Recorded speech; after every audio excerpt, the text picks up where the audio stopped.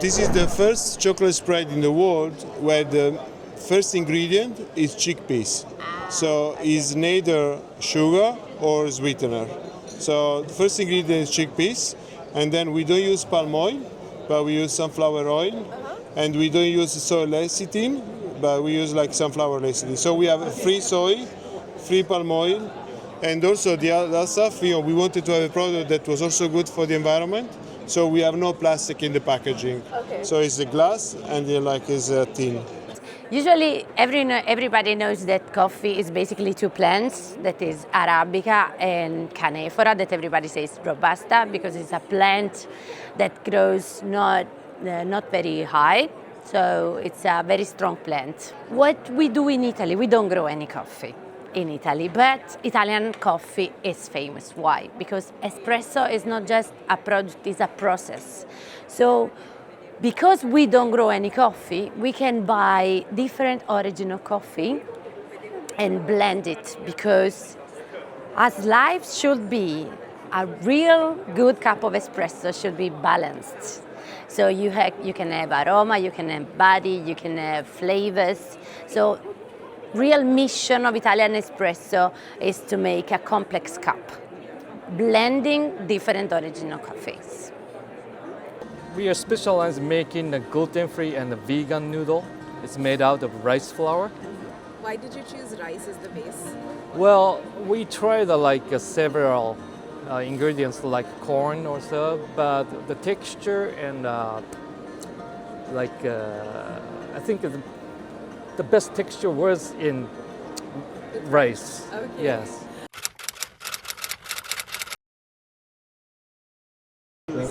So we developed one limonade. It's yuzu maple. And here, because we don't want to overpower the yuzu, we use golden. So you can taste it. It's a really good balance between the sourness of the limonade and the taste of the yuzu. But you won't say like, oh my God, I taste flavor, I taste maple. No, it just helps just to bring the sweetness and the softness of maple inside the product. It's very nice. It's very nice, yeah, we love it. What's fascinating in the honey community is, one, I have yet to meet a person who doesn't love talking about bees and have questions about bees. So it's not like another industry where people have very strong opinions against it. Everyone's very, very curious about it, and everyone recognizes the importance that bees play in nature and our food chain. So there's a lot of genuine empathy and excitement about bees. The other thing I believe that's happening is people are getting more concerned about their overall goodness and health, and humans evolved around honey. So we actually have things in our brains, we have things in our bodies that are designed to digest honey naturally versus sugars or corn syrups or anything else. So as people are getting more and more used to honey and the health halos and the benefits of honey, the consumption is happening there. They're turning away from overly processed sweeteners or fake sweeteners and coming back to honey, which is great. One of the real big trends with cookies is you can, it's like, so they call them like filled cookies essentially. So when you're forming the cookie mold, you can put, it's like chocolate or whatever type of filling you'd want, and it kind of encapsulates it in the cookie, and it's quite a new thing to the market. So that's something that we're going to start looking at, because they're very premium as well. So we like I said, keeping up with the trends, but that's one that's got me particularly excited. But yeah. So it's there's a filling inside. Yes. But it's not in these ones in particular, but that's some development that we're looking at doing. That's a trend that's. Would it be a soft cookie or a? It'd probably be a harder cookie, just to hold the filling. Right. But yeah, that's one that's got me particularly excited. To be fair.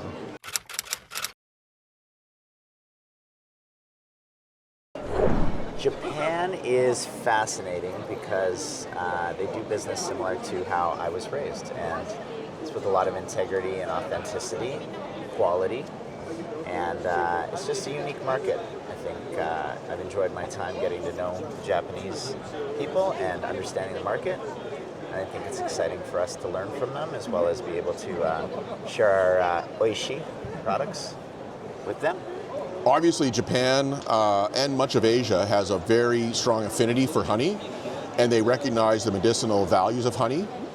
Even though I don't publish them, or our company doesn't publish them, there are a lot of known health benefits, from sleep patterns to weight loss to just overall gut health. There's so much important things that honey does for you. And the other thing I find in Southeast Asia and Japan and China is they value lighter colored honey, which is unique for equatorial countries because the temperatures are different. So in Canada, we have very, very light honey, which many of the customers over here prefer. It's a milder flavor, it's not as strong, it's not as sweet sometimes, so it doesn't have the same glycemic or glycemic index. So for diabetes and so forth, it's very good. So we just try to expand our market share and expand the knowledge of BeeMaid. Again, the fact that we're cooperative and I can trace my honey to the colony. I know exactly what bee yard it came from when I trace the honey. So we're here in Japan trying to spread English scones and get people to recognize English scones in the Japanese market. Okay. Why Japan? So it's got a long history of afternoon tea, and I think they take a lot of that type of influence from Britain. You know, they like the tradition, and I think we're seeing it more and more in Japan. In the UK now, we have a 80% market share of all the scones in the UK. So now that's why we're trying to push overseas business. Okay.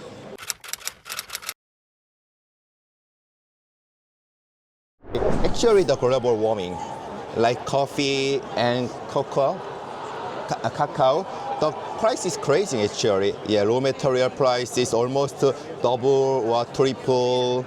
Yeah, than 5 or 6 years ago. So the price is very soaring now. So it is not easy. It's very challenging actually to get good raw materials from the origins.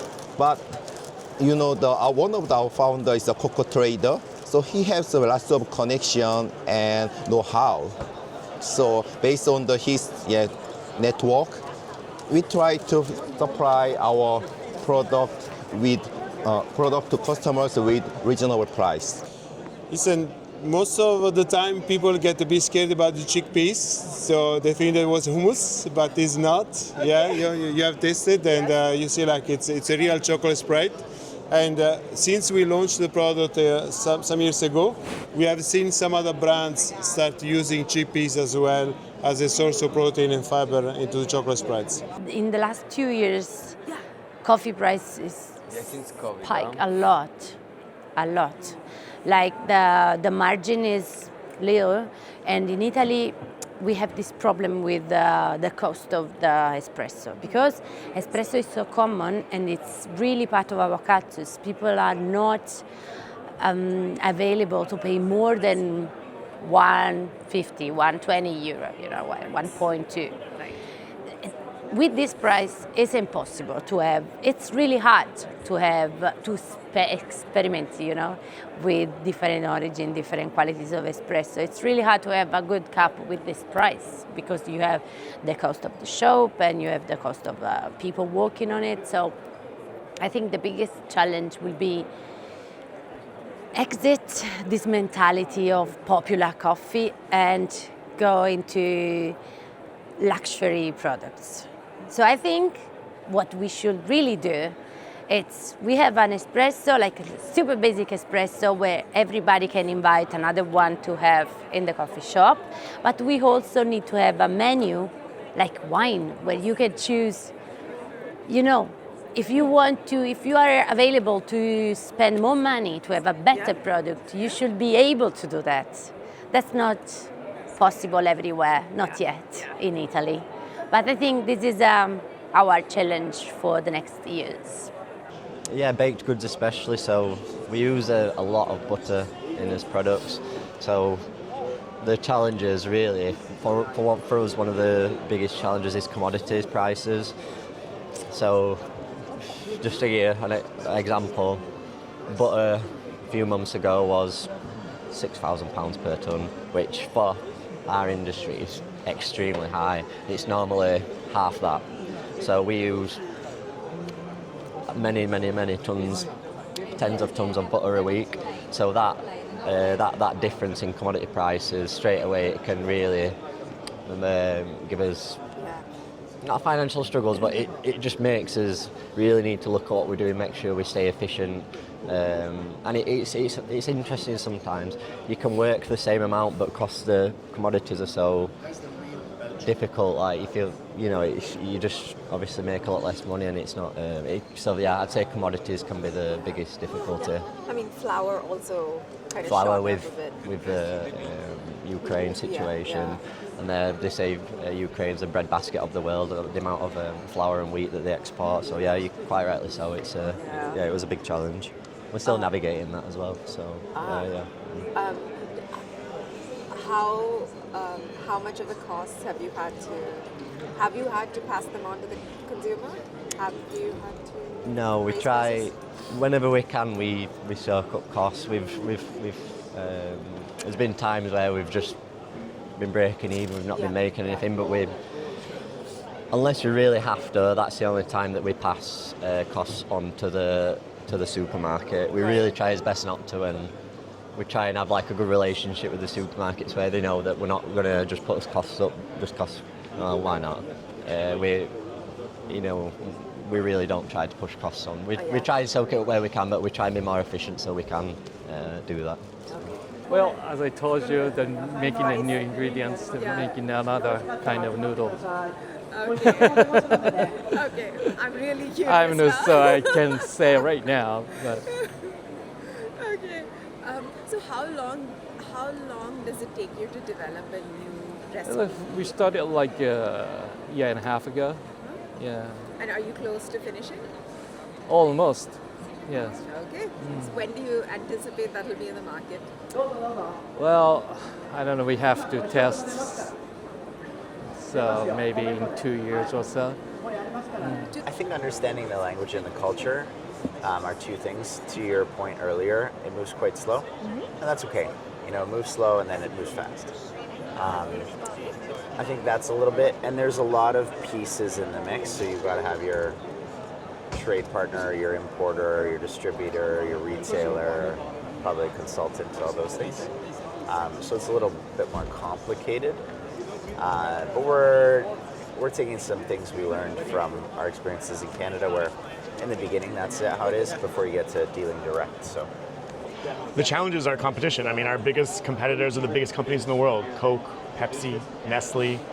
Those are huge multinational companies with billions of dollars in marketing funds, and to be honest, we have no marketing funds. We're trying to help provide food, water, and education to children. So competing against those brands is difficult. With shelf space, and Coke products they own 50 different brands. You don't even know they're a Coke product sometimes, and they're everywhere, and they can be in every vending machine, and they can pay for exclusivity arrangements, which is difficult. Like for instance, stadiums or even entire cities could be entirely Coke brand only products allowed because they paid money to have that the case. So it's difficult to compete. There's a real limited access to the market in some cases. In fact, the university where I went to school and came up with this idea was still is a Coke university, where Coca-Cola has a contract that allows no other products besides Coke products to be sold on the campus.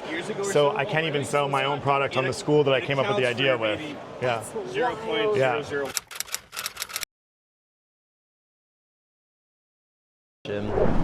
I mean, we're looking at doing shows in Singapore, exporting out there. I mean, one of the really interesting things that we've just starting to do. So we've developed his own cookie range. So cookies, obviously a really big market. We've developed his own branded packaging. As well as that, we're pushing biscuits and many other things. So yeah, we don't just do scones. We're trying to expand this product range, and yeah, we think cookies. It's a really solid one to go. Everyone loves cookies. The big market for us is actually, I think, the Philippines. It's a really strong market, strong middle class. Again, a strong affinity for honey. So we'd like to be inside of there. We actually just recently got halal certification, so we can go to Malaysia, because that's such an important market for us as well. Really, Oceania is a really big opportunity for us. Middle East, really wherever that people value honey. Actually, we launched this item in Korea last year, and Japan would be the second target. But we know the Korea and Japan, the two countries leading the food trend in Asia, especially about the food and beverage. So if we have a good reputation in Japan, maybe smoothly we can expand our business in around Asia, we think.